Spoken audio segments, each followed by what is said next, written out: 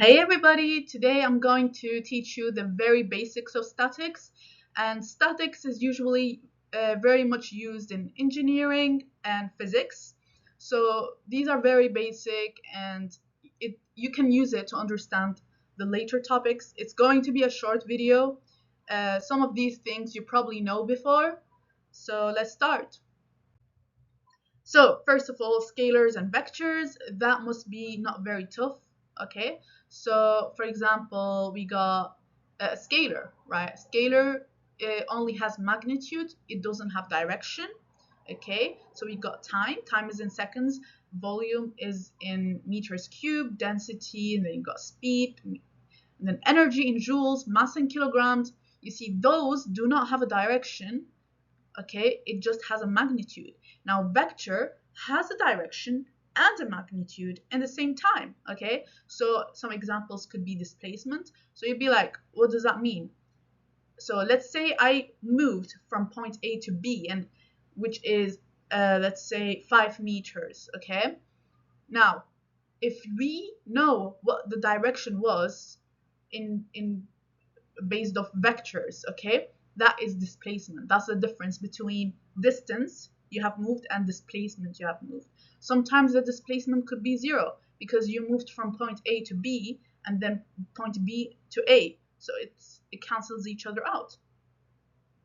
And then we have velocity, which is the vector version of speed.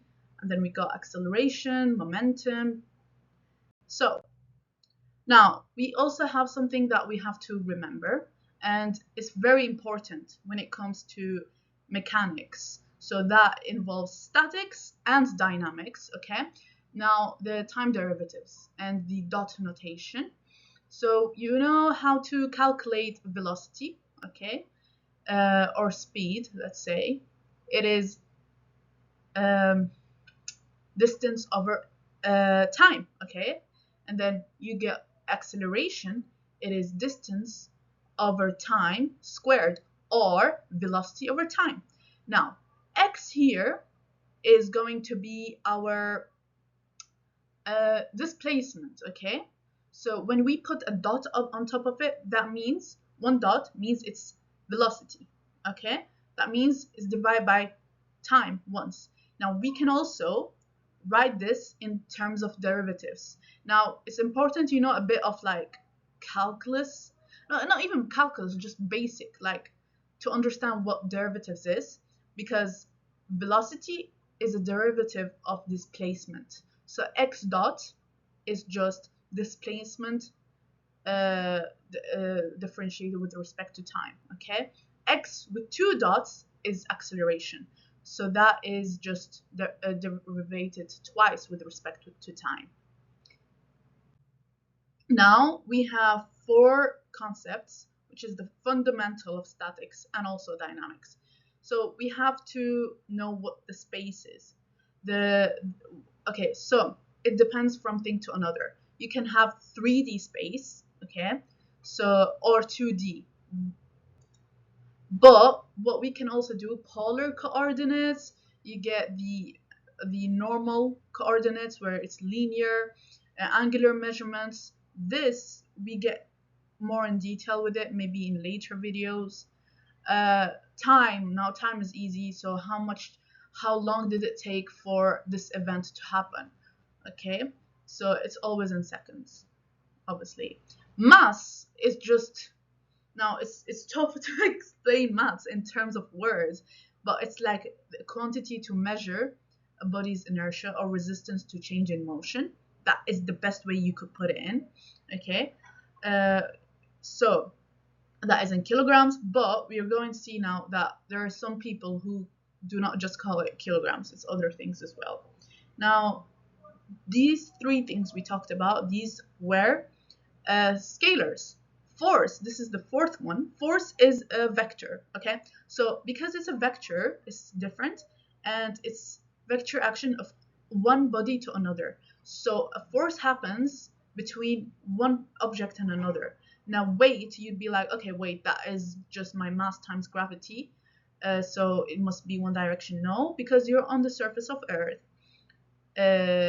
there is also reaction force going up as well. So it's between two bodies, okay? So uh, I don't know if that makes sense, but I hope you understand.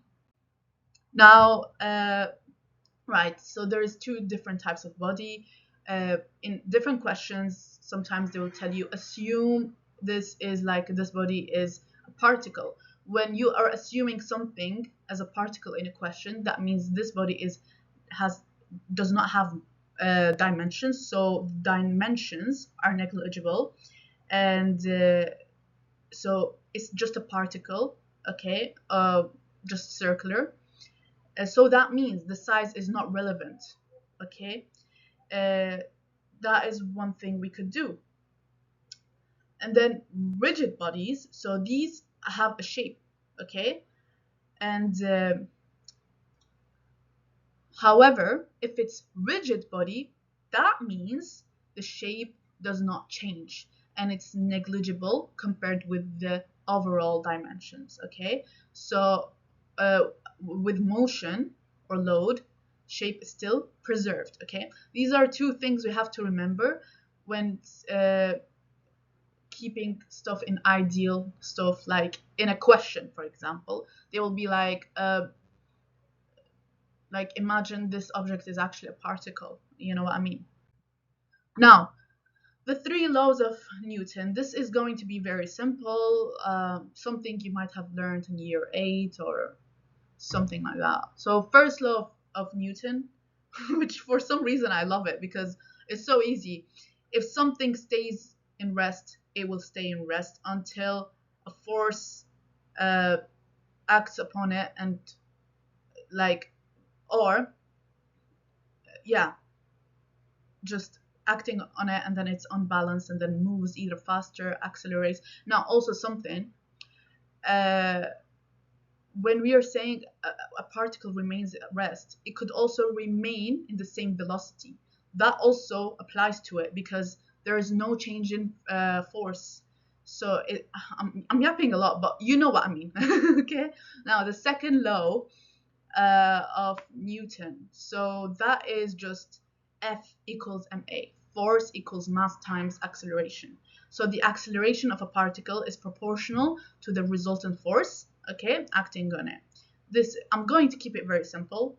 Then you got the third law, and for every action, you got opposite but equal reaction, okay? I'm just keeping it really simple.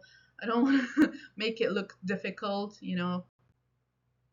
Now, this is a bit important, but super basic again.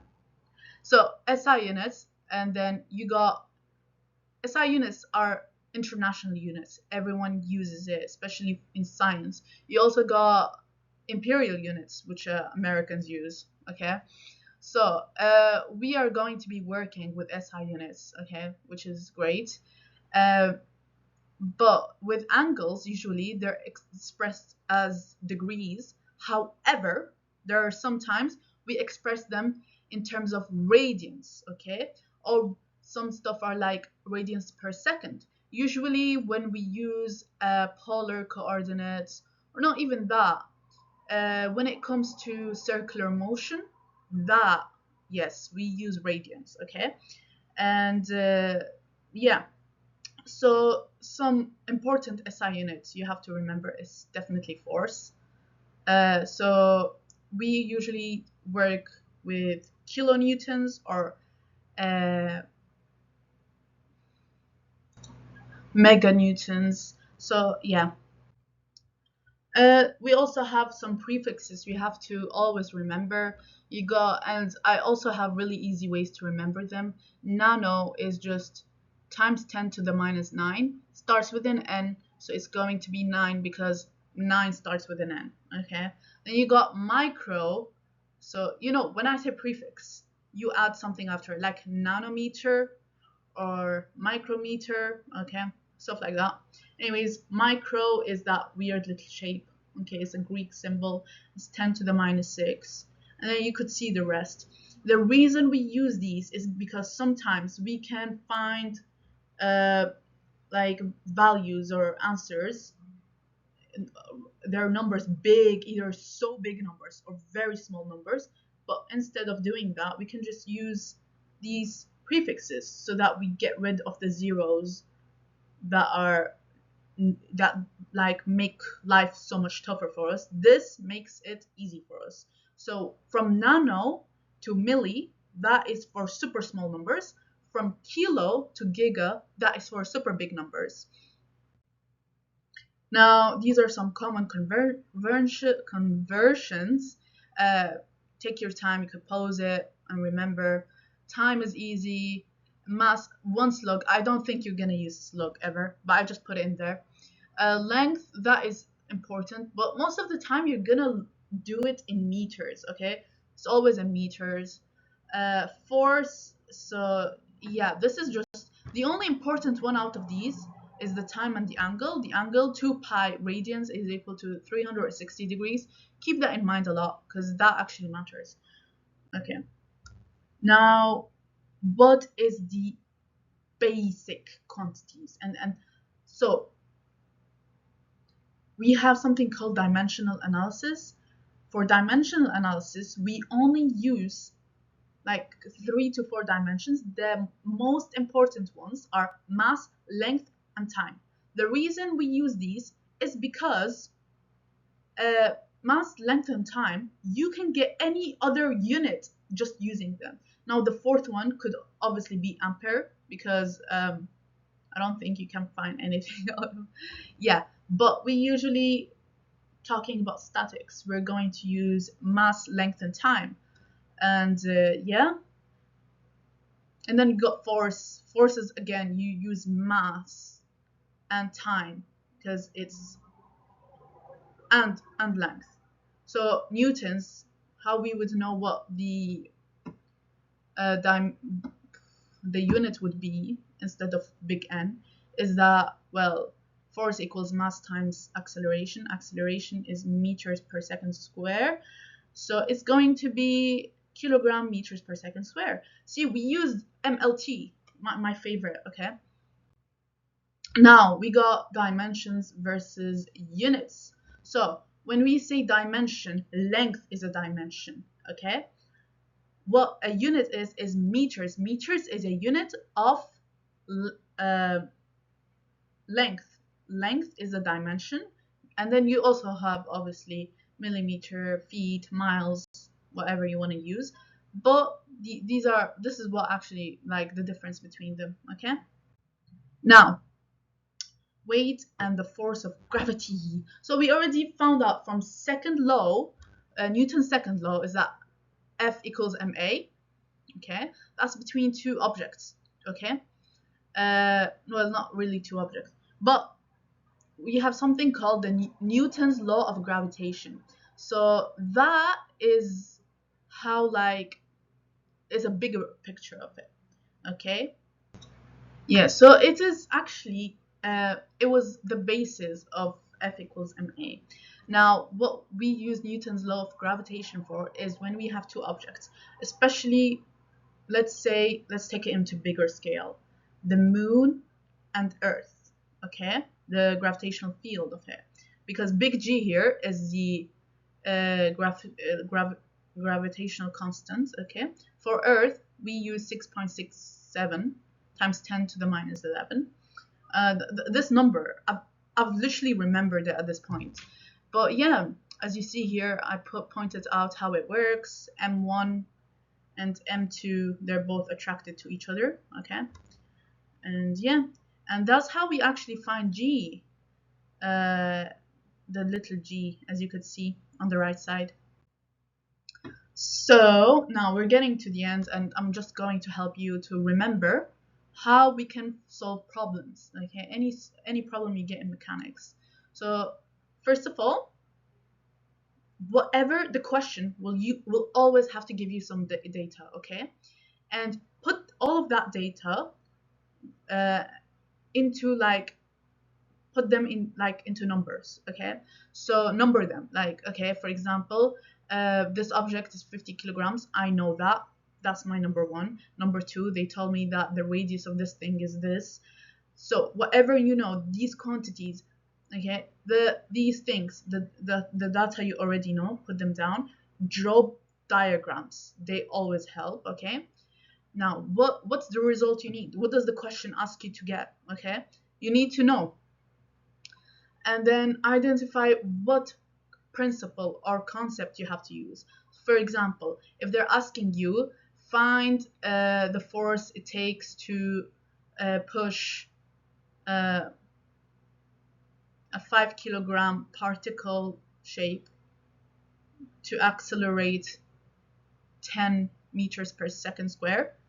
So then you know you have to use Newton's second law, okay? So that's, and then if there's any assumptions, for example, again, particle. So imagine that this object is actually a particle. And then you draw your diagram, okay? Now, how do you solve the problem? Is that you write the equation. So remember the previous slide, we said you put in what concept you have to use, which is Newton's second law. And then when you have to solve the problem, you write the equation from that concept, okay?